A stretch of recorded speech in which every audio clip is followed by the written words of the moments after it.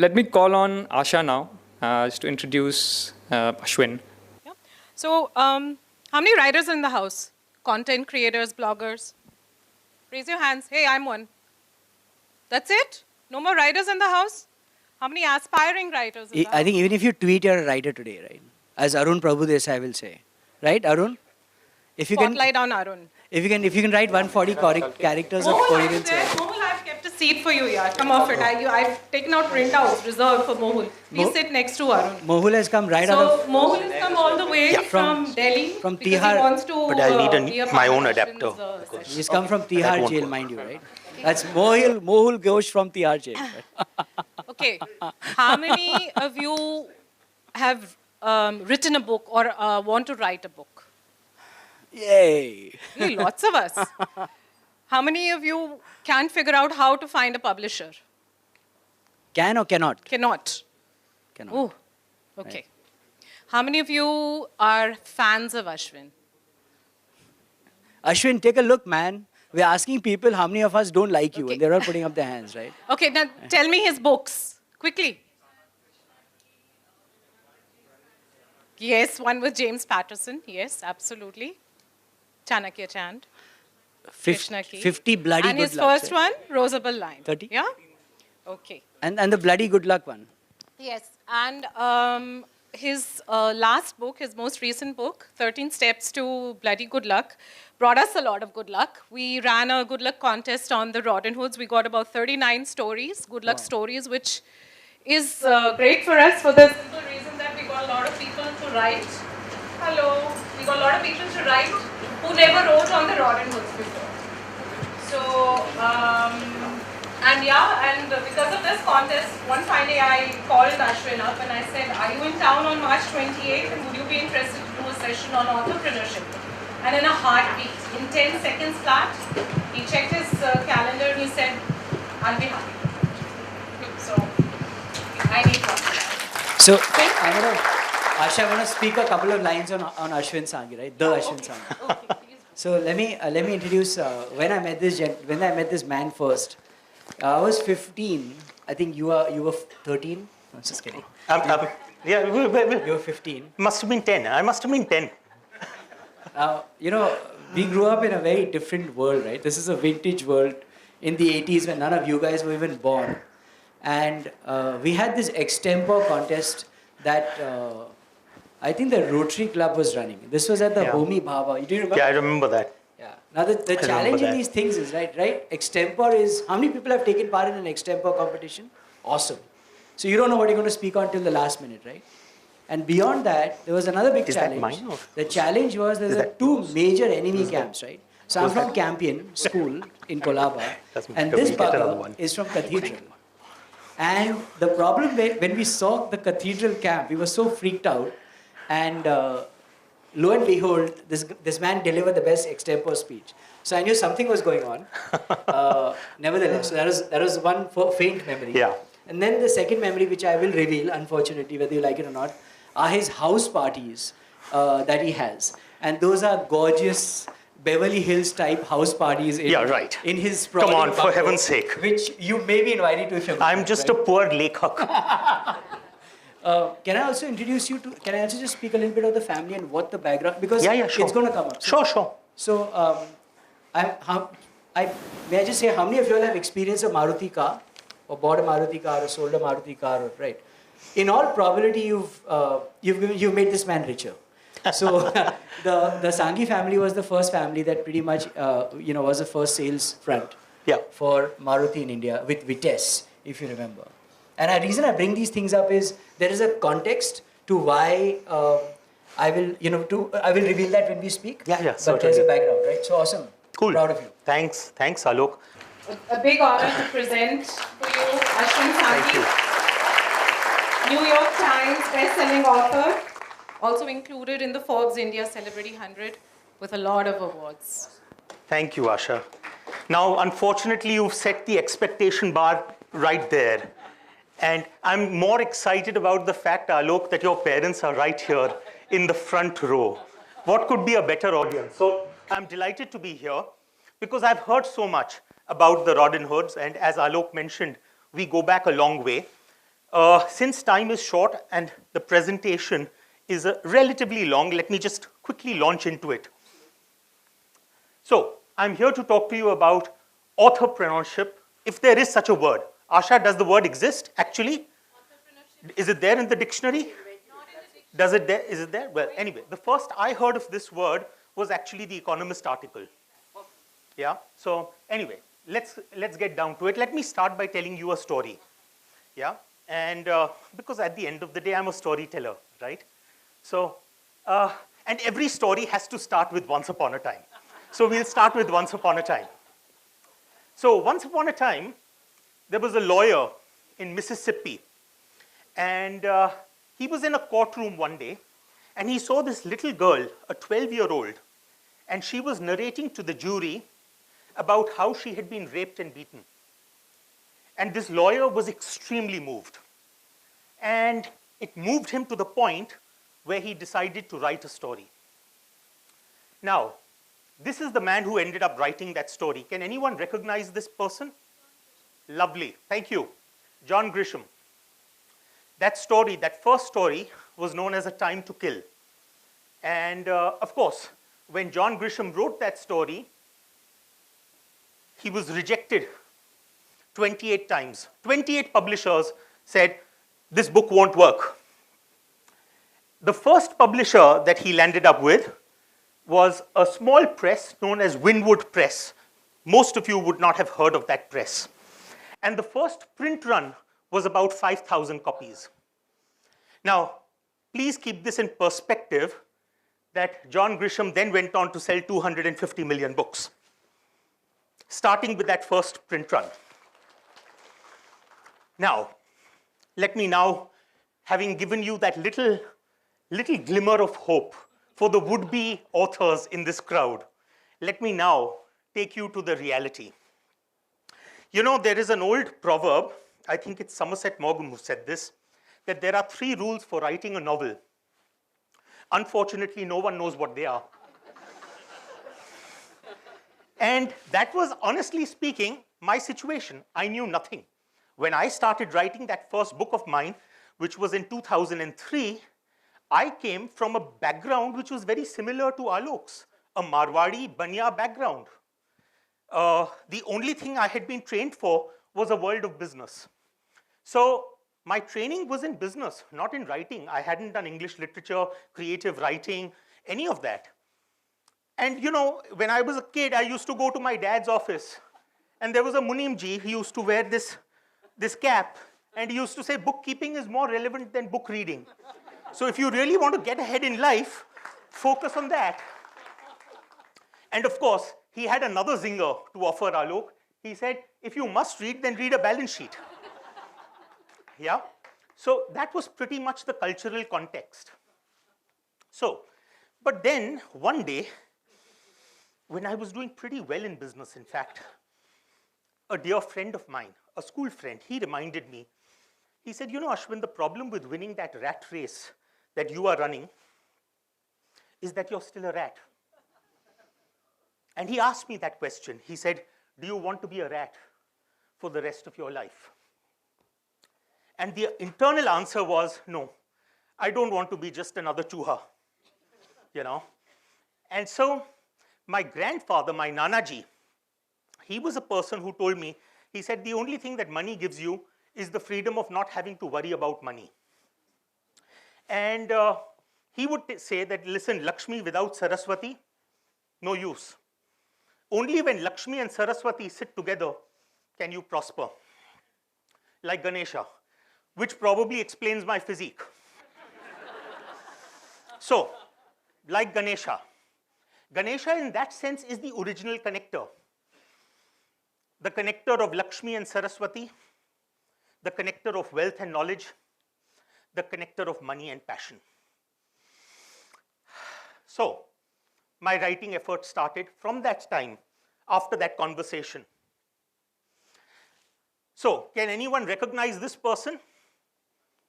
Yeah, thank you. I heard that somewhere or the other. I heard that. Samuel Johnson.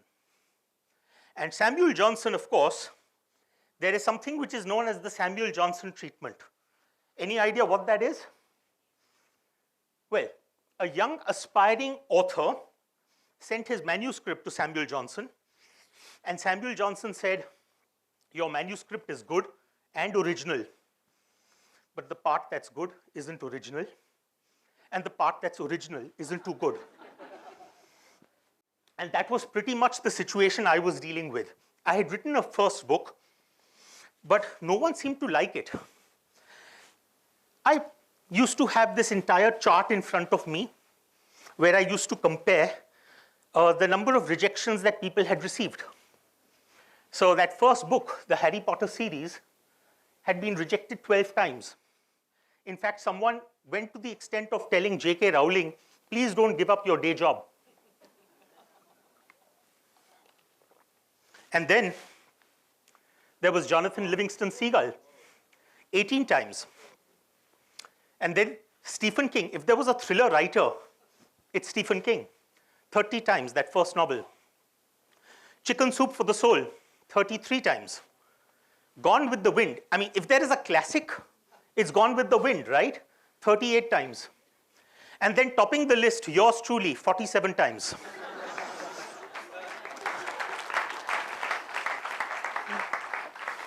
So, you know, lots of rejections. But I must tell you, it was ironic. I was almost proud. You know, I am ahead of these guys. That I am ahead of J.K. Rowling and Stephen King. So I think it goes back to the Mark Cuban idea that every no brings me closer to a yes. And if you can keep that in your mind, then the rejections actually, you see it as progress. So when I was sitting with a friend of mine who in those days used to work for Random House, he said, you know, Ashwin, the publishing industry is notorious for any lack of agreement. You bring two publishers into the same room, they'll have completely opposing views on most subjects. But they seem to be surprisingly unanimous regarding you. You're unpublishable. And so, having now given you a little bit of a background about myself, let me give you some facts to ponder over. Google estimates that the total number of unique books in the world is 129 million. Around 2.2 million titles are added each year to the universe of books. Around 82,000 titles are released in India each year. That's about 225 titles every day. Almost a title every hour. 10 titles every hour. Of this, 21,000 titles are in English. And what's really remarkable is the fact that only 2% of these will make it into the bookstore shelves. Only 2%. Because the average number of titles that a crossword or a landmark stores is less than about 1,500, which includes the entire backlist. So, scary statistic. The average self-published book, if you decide to go self-publishing route, the average self-published book will sell 57 copies during its lifetime. Just think about this. 57 copies during its lifetime is what the average book, the average self-published book will sell, and I can bet you it'll be mostly to the author, his friends, his family. Yeah? 950,000 titles out of the 1.2 million titles that are tracked by Nielsen, they sell less than 99 copies. In the year, sell less than 99 copies in the year. Another 200,000 will sell less than 1,000 copies. Only 25,000 will sell more than 5,000 copies. So the statistics are bloody scary. The average shopper in a bookstore will spend 8 seconds on the front cover of your book, 15 seconds on the back cover, and in that time, he will decide whether he will pick up the book from the shelf and take it to the cash register or not. Scarier statistic, most readers do not get past page 18 of the average book. So, all of this in perspective, I decided to self-publish because there was no one who was willing to publish me. At that point of time, there were various models available. One was the subsidy model, where you decided to subsidize a part of the printing cost. There was a vanity model where you tied up with a vanity press and you took over the entire marketing and distribution costs. There was the self-publishing model where you decided to become your own publisher without partnering with anyone. And finally, there was a print-on-demand model, which allowed the partner to produce one book at a time. So when an order came in from Amazon, one book would be printed and sent out. I went in for that last option, which was print-on-demand, with that first book. So that's the cover of my first book. And by the way, the cover is designed by me. Because at that point of time, it was all do-it-yourself. And Ashwin Sanghi became Sean Higgins because that first book was written under my pseudonym. Sean Higgins, by the way, is simply an anagram of Ashwin Sanghi. So that's how that first book was published. Now, our dear friend, Mr. Hemingway, has said, write when drunk and edit when sober.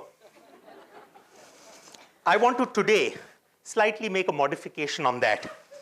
The modification is write, edit, or both when drunk, but remember the hangover the next morning, that's known as book marketing.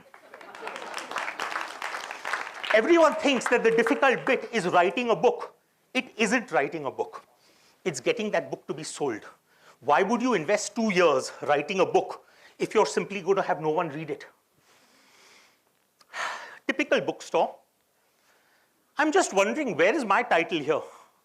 I can't find it. I'm looking everywhere. I can't find the goddamn title. Where the hell is my book? And this is the biggest problem in the book industry. Discoverability. How do you discover a title?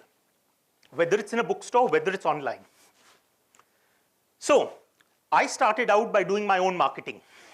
And for a self-published author who has limited resources, I would send out emails to those who I knew saying, listen, this is the link on Amazon. Will you please go and do me a big favor by buying this book? And then I created a 1-minute YouTube commercial. Again, only on iMovie, no additional budgets. So on iMovie, and then I put it up on YouTube and started garnering some views. Twitter, I created my Twitter handle. That's the time I created it. Facebook, started posting and also started getting some amount of traction. Contests, I would say that, hey, listen, today at the end of the day, I'm going to give out one book to someone who asks me a great question on Twitter. Unfortunately, not many questions were forthcoming. Media, press, they refused to interview or to speak to someone who was a self-published author. Most of them turned around and said, listen, we don't review self-published books. So I would reach out to about 5 bloggers every day who wrote about books. And I would say, listen, I'll send you a free copy. Just write about it. I don't care whether you like it or don't like it. Just write. Because you don't mind being loved or hated. You don't want to be ignored. And that's pretty much what my situation was. I had extracts. I would give away 5-page, 10-page extracts online on things like SlideShare and Scribd. I would join discussion groups, sometimes anonymously, in order to say, oh, that's a great book. Have you read this book by Ashwin Sanghi? I had a website where I would do lots of SEO sort of stuff in order to make sure that the results were up there. Started using AdWords at a later stage. And then, of course, anyone who said that the book was good, I would say, listen, can you please go to Amazon and write a review? Media and PR, honestly, tried a lot, but didn't work during the self-publishing days. So, cover design, you saw what the results were. So, not much to write home about. So, let me tell you another story, another once upon a time. And this is actually my own story, really. I started out by picking up a book called Self-Publishing for Dummies. Then, I eventually tied up with this self-publishing outfit which had just started in 2007 called Lulu. So Lulu would allow me to actually do print on demand. Then that resulted in that first book getting published. But the problem was that the book wasn't available in Indian bookstores. So I went to Crossword and I said, listen, will you please stock my book for me? They said, we only deal with distributors. So you'll need to get yourself a distributor. So I went to a bunch of distributors. Most of them didn't even bother to reply back to me. But eventually, one of the distributors, UBSPD, did get back. And UBSPD at that time had a guy called Vivek Ahuja running it. And Vivek was really decent. He said, Ashwin, you'll have to approach more than one distributor. So he sent me a list of about 100 distributors. And he said, why don't you write to them along with a copy of your book? Maybe one of them will click. And that's what resulted in my writing to a bunch of distributors. One of the distributors is a Chennai-based company called East West. And East West eventually got back to me. East West at that time had just set up a chain of bookstores known as Landmark. And Landmark, the founder of Landmark was a lady called Hemu Ramaiah. And Hemu got in touch with me and she said, Ashwin, that's a fantastic book. Why haven't you been published? I said, well, the problem is that there's no publisher left to approach. So she said, no, I think there's a great opportunity here. She put me in touch with my current publisher, a guy called Gautam. And Gautam, in turn, eventually ended up publishing me under the title of Westland, which is my current publishing outfit. So that's my story. So 2007, I self-published this book. That eventually results in 2008, the book being published by Westland in India. Goes on to become a bestseller. 2010, I published Chanakya's Chant. 2012, The Krishna Key. And then, of course, 2015, I tie up with James Patterson for Private India. And then, of course, very recently, the book that you guys are familiar with, 13 Steps to Bloody Good Luck. So the interesting thing is that now I've crossed 1 million books. So with that, of course, that number is still very small in comparison to John Grisham's 250 million, but hopefully I'll get there someday. So I want to tell you what is the reality check on earnings of an author. It's very important because many people just think that, oh, this will just happen, The average book, as we rightly sort of saw right now, is about 1,000 odd units. 1,000 units, assuming that the price is about 200 rupees per book. That means your annual turnover is about 2 lakhs. And if the author royalty is at around 10%, you're going to make 20,000 in the year. Certainly not enough to run your home. And on the other hand, even if you're doing really well, which means, in other words, you've crossed that 50,000 mark, even at that 50,000 mark, what you're looking at is probably something like about 10 lakhs a year. And mind you, the number of authors in India who actually cross that 50,000 mark on a title is probably less than 20. So keep that perspective in mind, please. So the truth is that most writers can write books faster than publishers can write their checks. And, well, so I took you through the marketing for a self-published author. What happens when you get published? Well, when you get published, you can start looking at things like print ads. The electronic media opens up. Nowadays, we've seen that for certain types of books, there have been actually ads that have been running even in the movie theaters. Launch events become a little more jazzy, snazzy. You can spend a little more money. In-store visibility. I remember when I had just started out as an author, I went into a crossword. This was in 2009. Rosabal Line had just come out. I saw exactly 3 copies of that book sitting in one musty, dusty shelf somewhere at the back of the store in crossword Kemp's Corner. And I'm not ashamed to say, I picked up the 3 books, took out my kerchief, dusted them, brought them to the bestseller rack and left them there. And, well, one of the old salespeople at Westland, he told me, he said, Sanghi ji, aap ek cheez yaad rakhiye. Jo bikta hai, wo pehle dikhta hai. So, agar dikhta nahi hai, to wo bikta nahi hai. So, the visibility factor is a critical element. So, I became a little more shameless about these things. Non-traditional retail. Today, for example, increasingly we are finding that books are even being sold at places that you would not imagine to find a book. Supermarkets, for example. Music tracks. For example, Chanakya's Chant, I actually created a music track and made it available freely downloadable as an MP3 because I ended up getting a large number of people who would download the track and become familiar with the book. Cross promotions. E-formats. Today, for example, it's not just about Kindle or using any other format, but today you have things like Maxter, NewsHunt, and so many other companies which have come up. So these are all ways. Writing newspaper columns, that becomes an option open.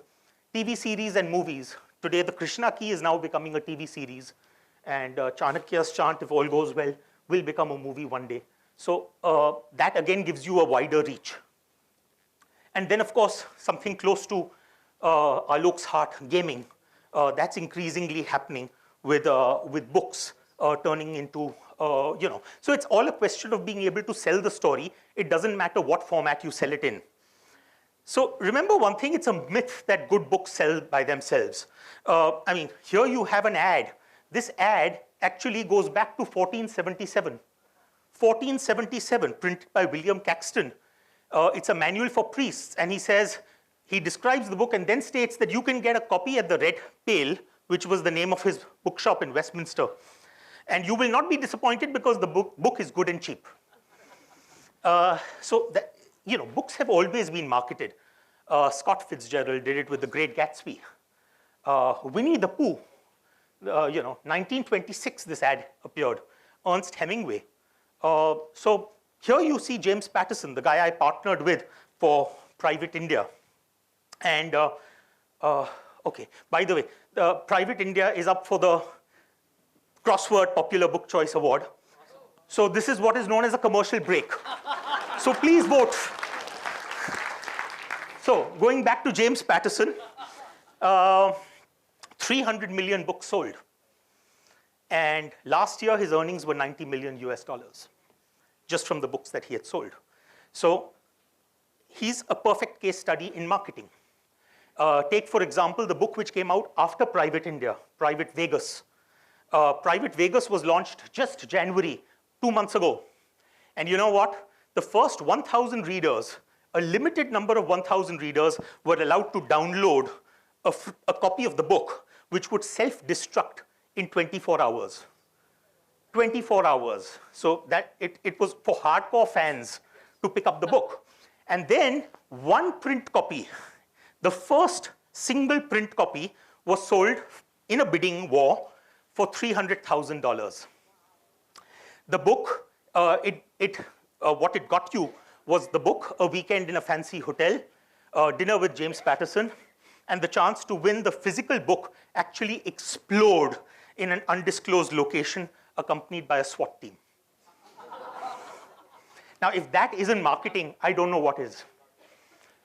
The 7-year bitch, Jennifer Bell, she found that her publisher's publicity department sucked, wasn't doing anything. So what does this lady do? She hires a bunch of actresses at $8 per hour to laugh publicly while reading her book on the New York subway system. And 600 actresses actually applied for that role. The stunt got her national coverage. Mission accomplished. So, this book, I mean, everyone's familiar with it, right? But what is important to note again is that no one knew who Robert Galbraith was. Who was Robert Galbraith? But this sold only 1,500 copies while Robert Galbraith was on the cover. It was only when J.K. Rowling came forward and said, I'm Robert Galbraith, that suddenly the sales zoomed through the roof. Wonderful publicity stunt. No one wants to talk about it, but it was a wonderful, wonderfully choreographed publicity scheme. Thomas Harris with the Hannibal. When the book just got launched, he asked bookstores to serve up broad beans and Chianti, which is, of course, in the movie, which he eats with a piece of the victim's brain. So he got bookstores to do that. And then, of course, Timothy Ferriss is probably someone that you all have heard of. He wrote 3 books, The 4-Hour Work Week, The 4-Hour Body, and The 4-Hour Chef. And these were all self-published titles. Started out as a self-published title, and then becomes a #1 New York Times bestseller, and a #1 Wall Street Journal bestseller, and a USA Today bestseller. The next books also do equally well. So, in Japan, for example, you have what are called cell phone novels. Yeah, and cell phone novels are doing brilliantly, apparently. I mean, the chapter consists of about less than 100 words, and you get it in the form of a SMS on a daily basis. So it's like your Saas Bahu serial being served up to you in little installments. And the biggest cell phone novel site carries more than 1 million titles. There is this author called Mika who has been downloaded 12 million times. And in fact, the cell phone novel is now being made into a movie.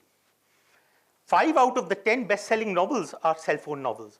So what I'm trying to say is that nowadays the format, the medium doesn't seem to matter much. There is this new website called Wattpad, which allows people to actually write and completely bypass the publishing system. 40 million visitors per month, and recently raised almost about $46 million.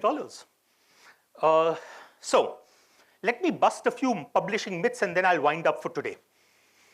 Good books sell by themselves. I hope I've made that abundantly clear. They don't. Then, critics' reviews sell books. Nonsense. When Chanakya's chant came out, the first review I got was that this is a book which has the intellectual caliber of Winnie the Pooh. And when the Rosabah line came out, one of the first critical reviews was, Ashwin Sanghi writes well. I wish his book had been a little shorter and had stopped on, say, page 10. That was the first review. And you know, surprisingly, what happened with the Chanakya's chant thing, the first review that came out was in the Hindu, and it was a scathing review. Terrible. I wanted to almost go back into bed. And the next day, my sales went up. That whole quarter, the sales in the South actually went up. So there is really very little correlation there. Writing is about inspiration, not perspiration. Nonsense. It's a craft, much more than an art. So you need to go through the process. You know, who was it who said that easy reading is damn hard writing? And that applies in whatever you do. Don't judge a book by its cover. Oh, for heaven's sake, who came up with that one? The book cover is critical because you only have 8 seconds in the bookstore to catch someone's attention. The author's job is to write and publisher's is to sell. Ha, ha, ha. There is no publisher I know of who actually sells your book.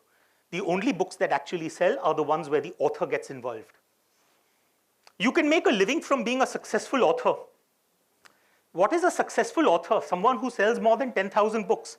Can you make a living from that? No way. You can't make a living from being an author. That's also nonsense. You can, but it's a long, long trek to get there. For the first 6 or 7 years, there was no way that I could have functioned on my royalties alone. Today I can. The genre of writing is unimportant. No, it is. It is very important because at the end of the day, if you look at Indian market, then you have, for example, genres like mythology. You have genres like chick lit. You have campus romance, which are doing exceedingly well. The same situation is not repeated, for example, in the US or the UK, where it is predominantly crime and mystery, which does exceedingly well. So the genre in which you are writing is undoubtedly important. Pricing is unimportant. We are in a very, very price-sensitive market. So whether you price a book at 200 or whether you price it at 150, it's exceedingly important in terms of your eventual volumes. Good authors are not concerned about sales volumes. That's an old myth. Every author wants his book to sell. And the ones who say that they don't, they're simply lying to your face. Bestseller lists are unimportant? No, they are. They are, because they send out a message to the bookstore owners as to whether a book is worth stocking or not. So it's a very, very strong psychological impact. Bestseller lists are important. Well, it depends on the bestseller list. There are some bestseller lists in, for example, let me not take names, but there are, for example, certain bestseller lists which are developed on the basis of a survey done in exactly one bookstore. On the other hand, the Nielsen, for example, surveys about 4,000 stores. Bestseller lists can be manipulated, and bestseller lists cannot be manipulated. Both are myths. In some cases, you can manipulate them.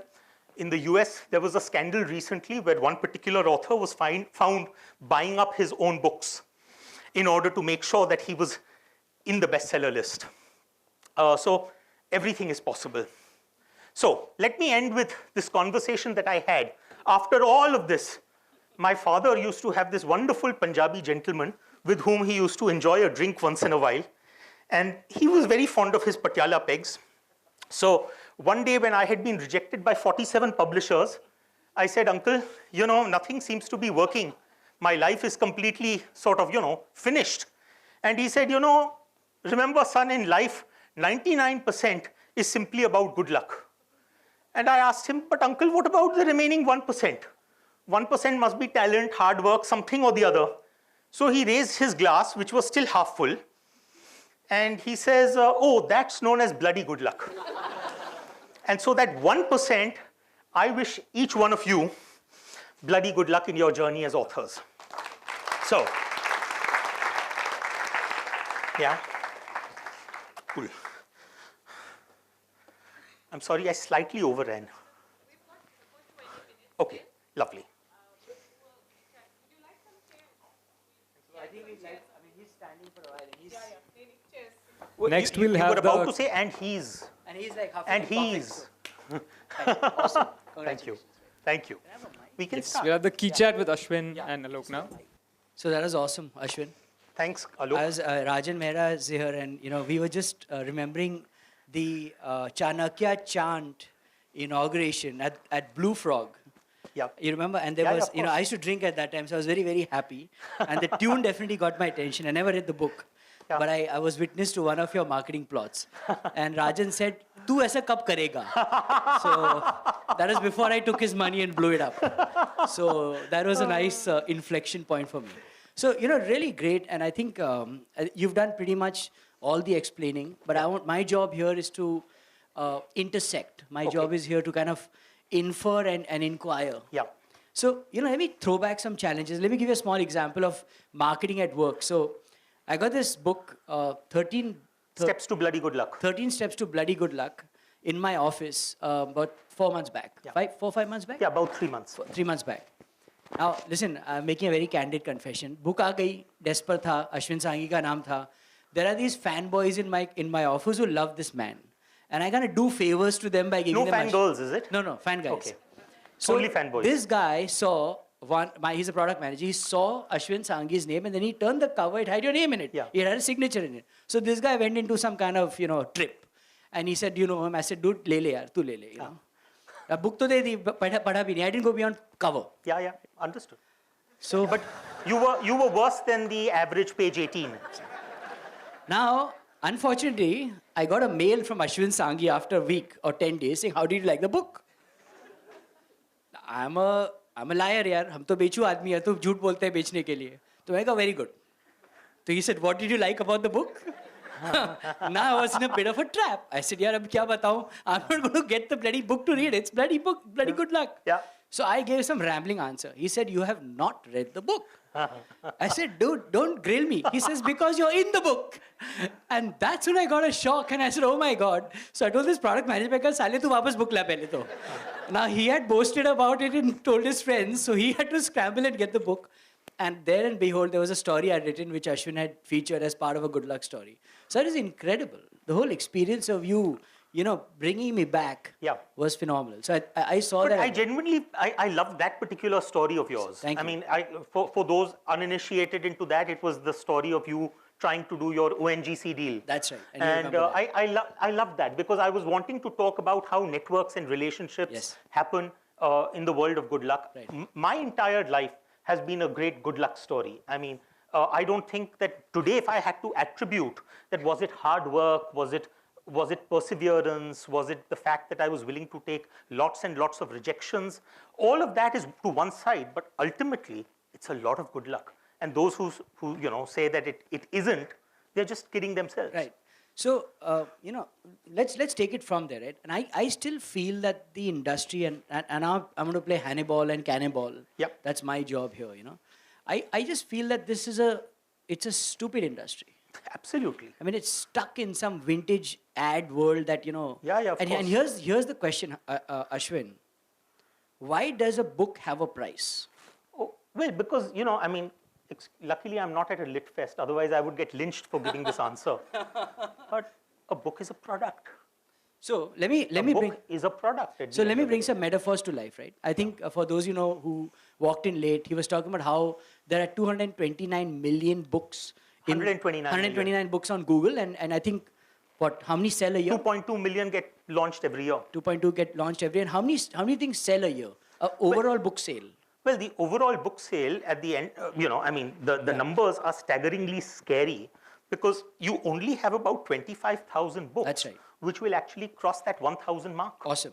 So scary. So the funnel looks, for all of us who are in marketing and product, and now we're talking real dhanda over here, the funnel looks really, really stupid.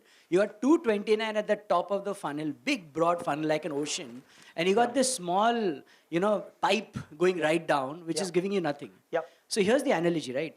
There are only 1.5 million games only on the App Store. Correct. On Android, and they're pretty much the same on the iOS store. There are about 3 billion mobile phone handsets out there. Yeah. And each of them download a game 6 times a year. Incredible. So with that funnel, look at the funnel I'm creating. I'm reversing the funnel. Yeah, the absolutely. supply is only 1.5. Yes. The audience is humongous, and I think about 10,000 games launch a day. Yeah. Tim Cook. Does everybody here know who Tim Cook is? If you don't know, get out of the room. Right. Okay. Everybody raise their hand on who's Tim Cook. So Tim Cook is the living CEO of Apple, right?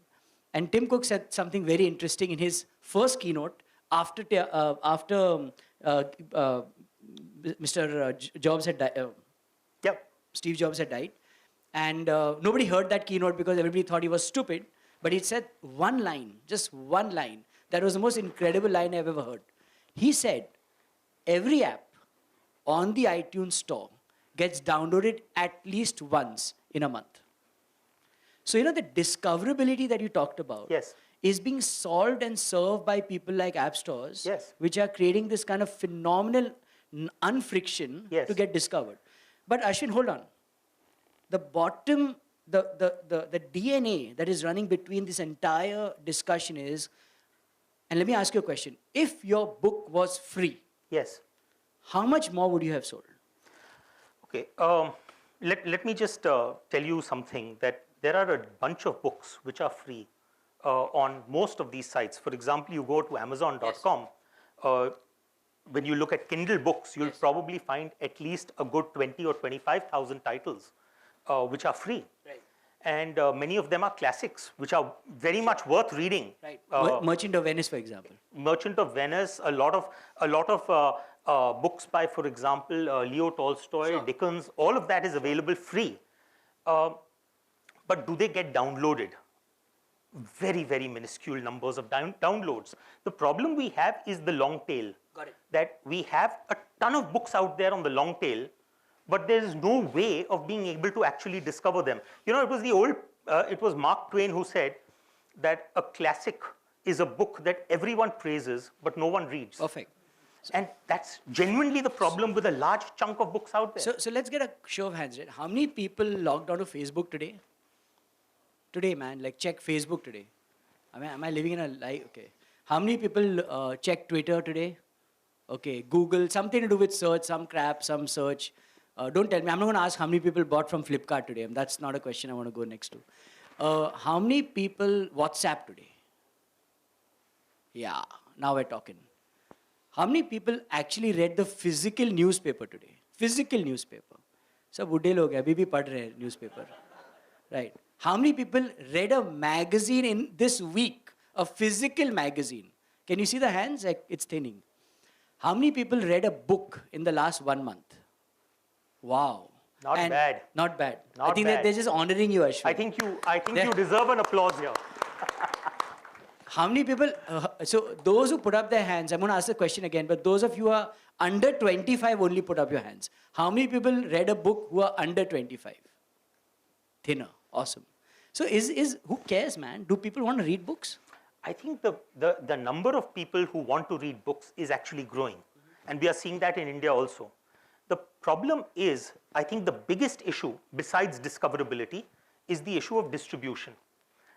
And that is unfortunately a huge issue, because in the average bookstore, only about 1,000 or 1,500 titles are actually going to be kept. The vast majority of books don't even make it to the bookstore. The other problem is that a large number of young, fresh talent authors, they are given an entire spiel on how they can market their book, not realizing that most of that stuff is very theoretical, not really practical.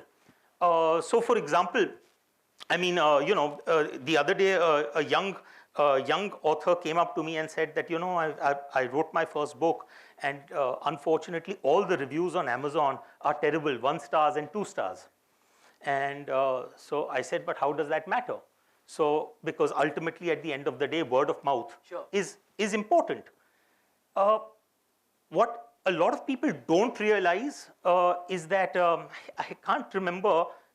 At some lit fest, someone asked me, that you were panned by all the critics initially. Everyone said that, I mean, why are you even bothering to write? And I said, please understand that the relationship between an author and a critic is the same as the relationship between the lamppost and the dog. And so, no matter what happens, that dog is eventually going to go to the lamppost and pee. So, he is doing his job. He is doing his job as a critic in terms of making sure that his readers find something interesting to read.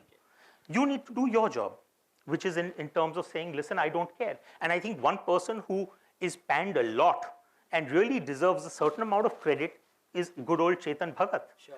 Let's not go there. I think we're the Rodinhoods, and but we have a little bit of self-respect left. But the point I'm making is, Alok, that to what I have at least found is that sometimes what really is needed to become a best-selling author is simply having a very, very, very thick skin. Okay, so let's flip it again, right? And I'm going to keep going. Asha, you'll have to shout at me for time. Awesome. Yeah. So let's look at it again very practically. And I'm trained in the business of consumption of content. Yes. And we go where people want to go. Yes. So don't answer this question. What's the best-selling book in the world? Anybody? How many million copies? Probably 1 billion. What's the second best-selling book in the world? No. Anybody knows? Sir? No. I think it's just 7 ways to influence friends and Dale Carnegie, is Dale it? Carnegie. One of the top in the world. So the question is this, right? What's the most top search on Google in India today? Anand Nair from Google. Can you share? Sunny Leon? Okay, that's great. That's actually a great point, right? Sunny Leon, right? Rudra? Is Google. But you say how to, or let's take a metaphor like how to.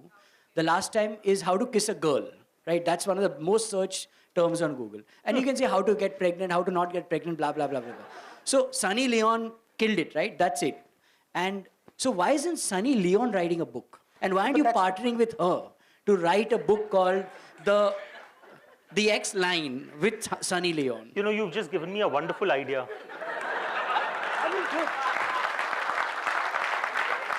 I'll tell you the This power. is why I came here, Alok. This is why I came here. I love it.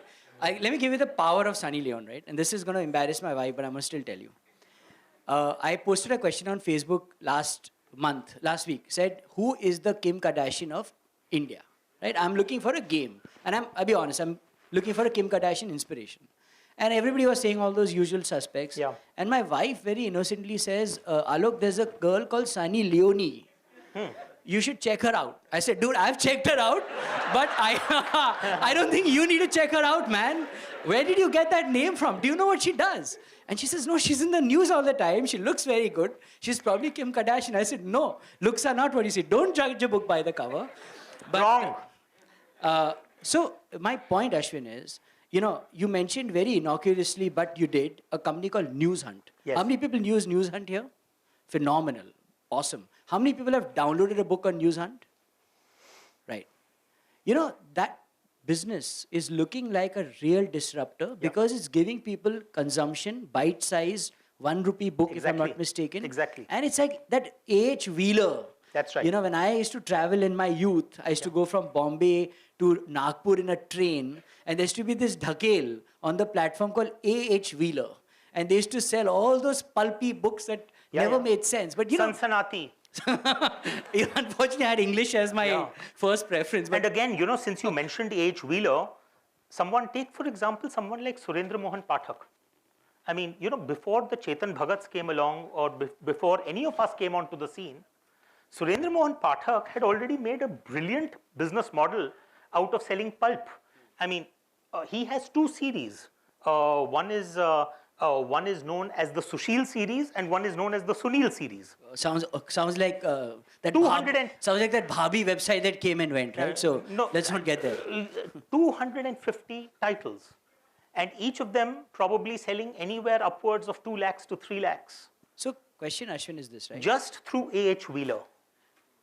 So are you saying that, you know, let's take Shobha Day, Yeah. right? Old. Let's talk about her.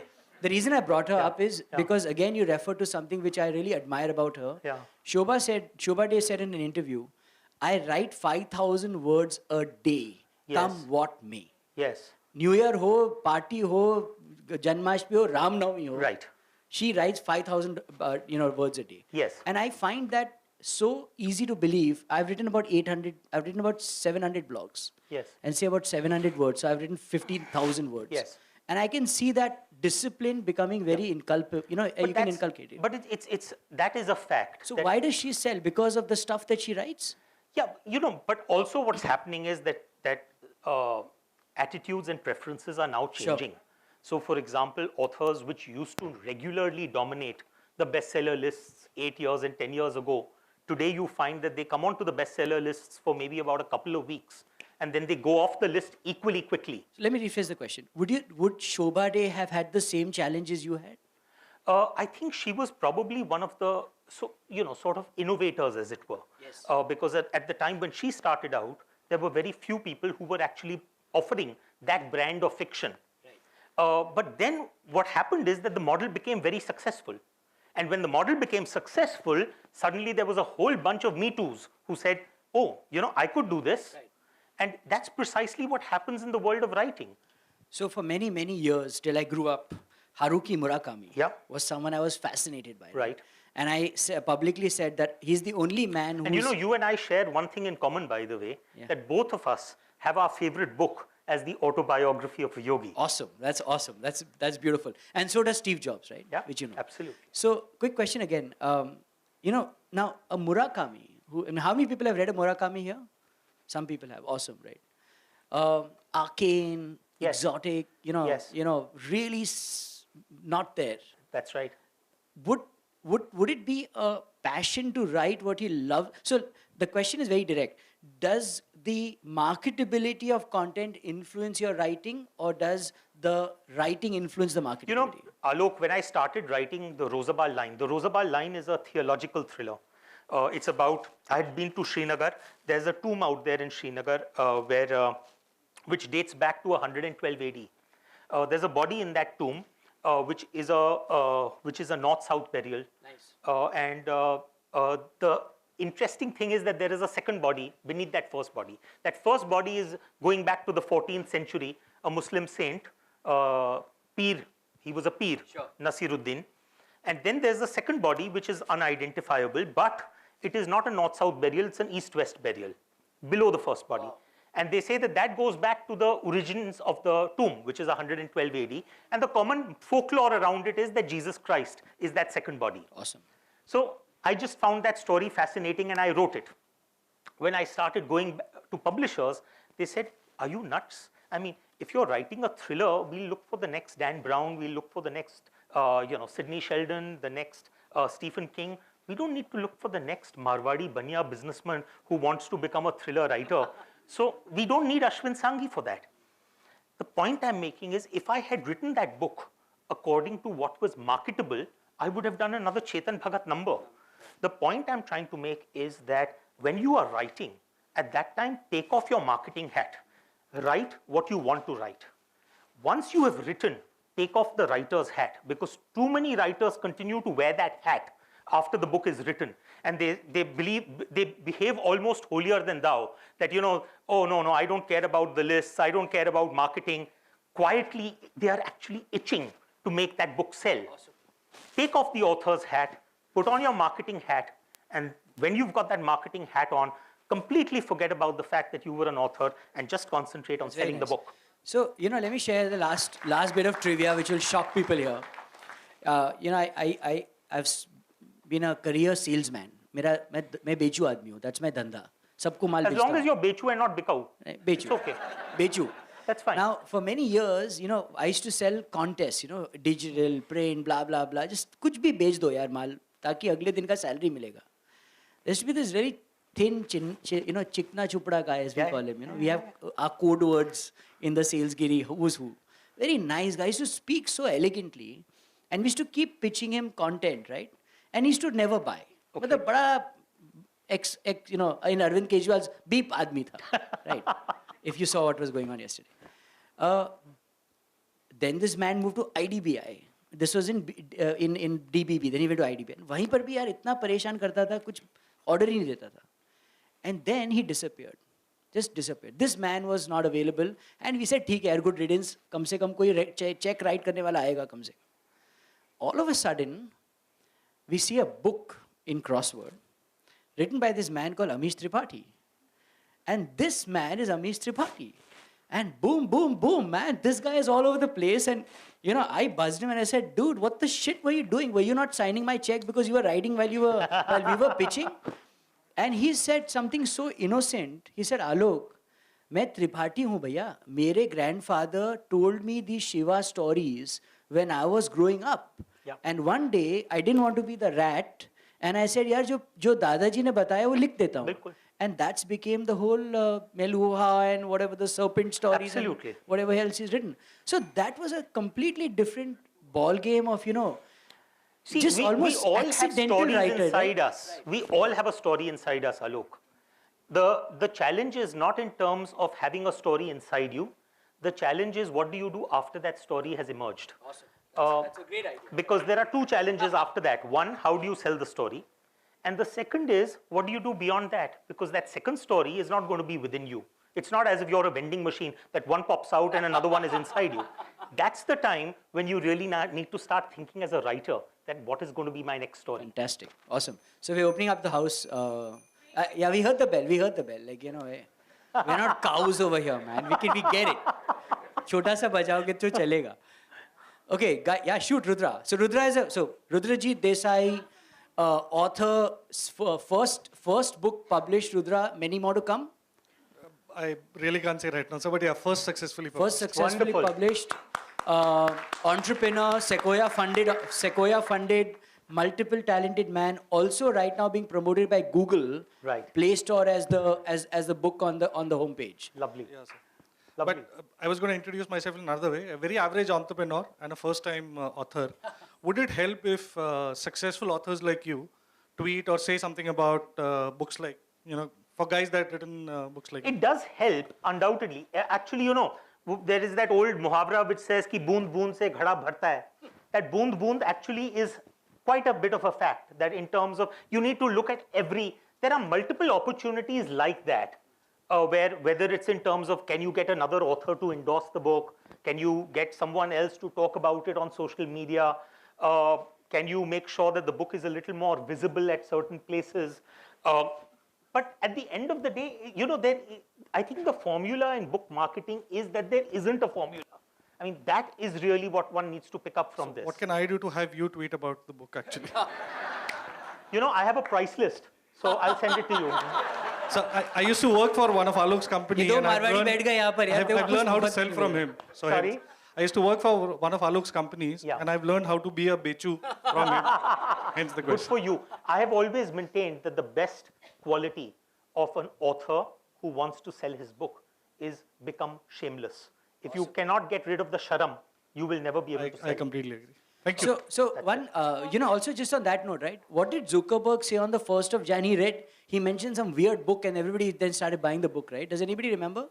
So Zuckerman on his New Year, Mark Zuckerberg, what am I saying, Zuckerman, Mark Zuckerberg. Dude, I'm zoning out, man.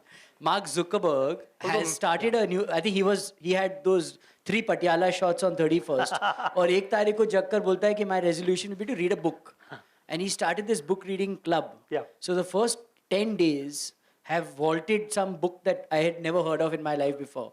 So I think it's the universe, right? Some accidents will happen. Yeah. Hopefully, if you're in the path of that accident and it's a good accident, you're good for you, right? Absolutely. Yeah, sure, shoot. How many more authors? How many people have written stuff here? Authors. Lovely. Awesome. What if? Yeah, sure. The End of Power.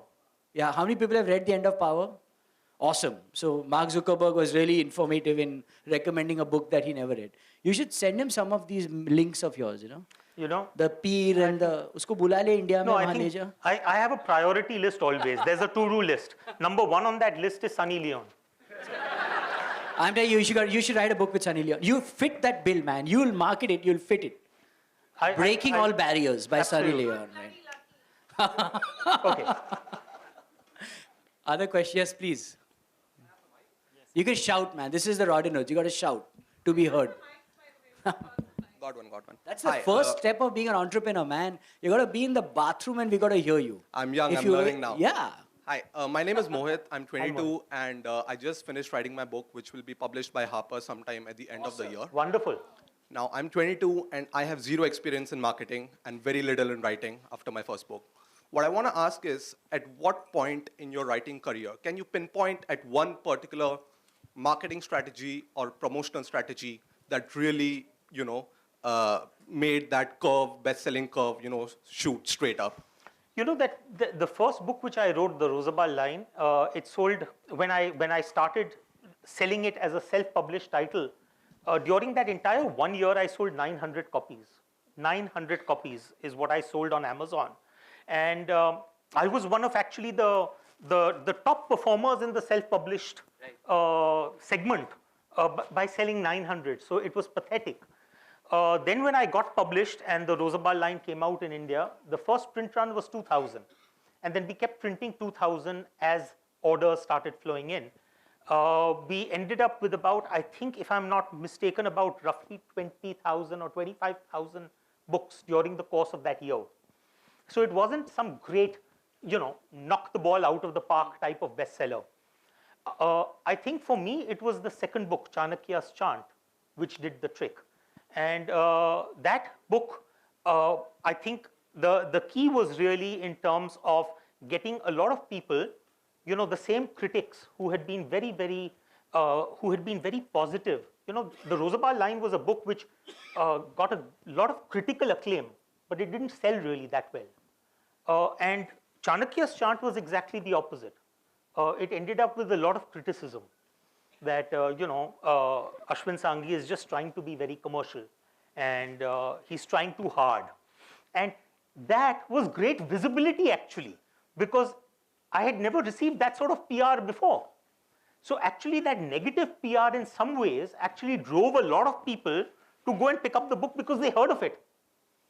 And I think with the Chanakya's Chant, we ended up crossing 100,000 copies within the first 6 months. And as a result of which the sales of the Rosabal line also took off. Yes. So I think there is always that one magic moment, and very often it's not something that you have consciously done, and that's what I mean by that bloody good luck factor. Awesome. One question here. Yeah. Yes, please. Okay. Your Chanakya Chant had shade of Indira Gandhi and little bit around it when I read. So does it picking up a controversial topic helps marketing a book as such? I think controversy on its own cannot sustain sales. There are many books which have recently come out into the market which have some element of controversy attached to them. That could possibly be considered as one, in mathematics we talk about necessary and sufficient. You could possibly consider it as a necessary condition, but is it a sufficient condition? I don't know. At the end of the day, to my mind, there is still a lot of stuff that goes in to making a book really, really successful. A lot of authors don't necessarily talk about it, publishers don't necessarily talk about it, because they want you to believe that, oh, the book was so great that it just did brilliantly. but the sort of effort that goes on. Take, for example, an author who's already well established. You know, there are talks about what is the print run of a book. And there are people who ask me that why should you insist on a large print run? Yes. And my view in that is that, you know, we always talk about the economic theory of demand and supply. And we say that, well, demand is what results in supply going up because more people are demanding it, so supply will go up. But actually, it's the opposite in the bookstore. If there's enough supply, there will be demand. Nice. Because when you have 300 books out there loaded up right in the front, anyone walking in says, oh, that's an important book, I have to buy it. Awesome. So there is customer psychology involved, you know. So let's conclude by some thoughts that I have. And I think, you know, I'm just being shameless here, right? I think the biggest tragedy in the book business is that there are no VCs getting involved here. So they're too rich, the richest two men in this room. How many, come on now, you got to answer. How many book entrepreneurs have you funded, man? And if you are guilty by charge, right? तो यार पैसे यहाँ से हैं, ये सब traditional business नहीं होता है, पैसे बनते हैं वीसी लोगों से, उनसे पैसे लो, बुक लिखो, सबको खुश करो, फिर वापस जाओ. Sales is equal to balance sheet now. If you understand Padta, now I'm redefining the Marwadi Padta, right? P&L is actually balance sheet and not the other way around. The second, but I think on a more serious note, you know, Ashwin, I fear, and this is a really big confession, my daughter is here, she's 18, and I don't think a lot of people are taking to reading because it's complicated. I'm just being very, I'm simplifying content. It's complicated. It requires commitment. You know, I very studiously bought Capital by Thomas Piketty. Okay, now let me tell you the record I have with that book. My wife very diligently bought it. She was very upset that I was asking her to buy a hard copy. She said, "Pakka Marwadi." She said, "Soft copy के लिए रुको." मैं कहा तब तक सब दुनिया पढ़ लेगी, मैं बेवकूफ़ बनूंगा. लेकर आओ अभी के अभी. 2,500 रुपए का बुक आ गया घर में. चलो भाई. पढ़ा. First page, second. Have you read Capital? Dude. Second page, third page, sleep material. 8:30 बजे सवेरे रात को पढ़ो तो टुन, you know, you're dead. I said, no man, you got to do it. Boom. At 24, I gave up. At page 24, gave up. I can't read That's still more than 18, by the way. And Amazon just published that the record for that book is page 16. Incredible. So I'm 50% better than the peers. You know, the problem is, the real truth is that attention spans, human attention spans, have been progressively declining. Right. There was a very interesting study done which found that if you had looked at the human attention span in the year 2000, it was roughly 12 seconds. Wow. Right. If you looked at that same attention span in the year 2012, it was something in the order of 8 seconds. That's right. And what is really worrying, Alok, is the fact that a goldfish in that same year had an attention span of 9 seconds. Awesome. So in other words, we are doing about 1 second worse than a goldfish. Yeah. So the key I have always maintained with writing is how do you get someone to turn the page? The biggest quality of a writer. So for example, at least I'm one of those very few who works with an Excel spreadsheet. I have 3 columns, the chapter number, what happens in the chapter, and where does that chapter end? What is the incentive to turn the page? Math. Period. So that's awesome. You know, I hope we've fired up a lot of imagination in this room for the authors. I'll end by something that I still confess. I haven't read Capital, but I'll confess on a bigger failure. So many years ago when I was still young, I bought Ulysses by James Joyce. How many people here have read Ulysses? First page. Anybody beyond 10 pages, 7 pages?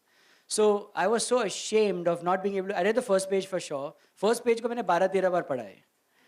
And then I bought a book on how to read Ulysses. And that book also I have not been able to read.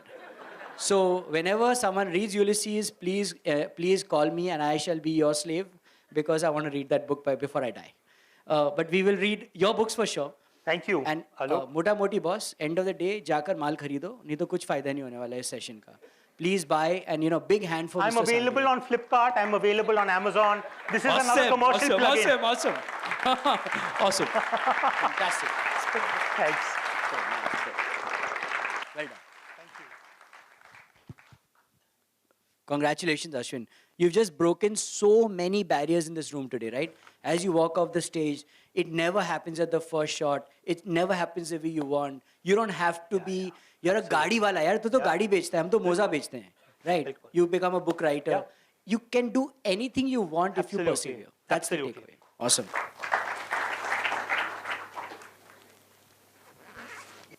Thanks a lot, Ashwin and Alok. Quick confession, the reason I had to switch off the slide was the clicker was there. Alok was sitting on it. I was sitting on it, man. Yes. And I'm the slides were hoarding the dancing. clicker.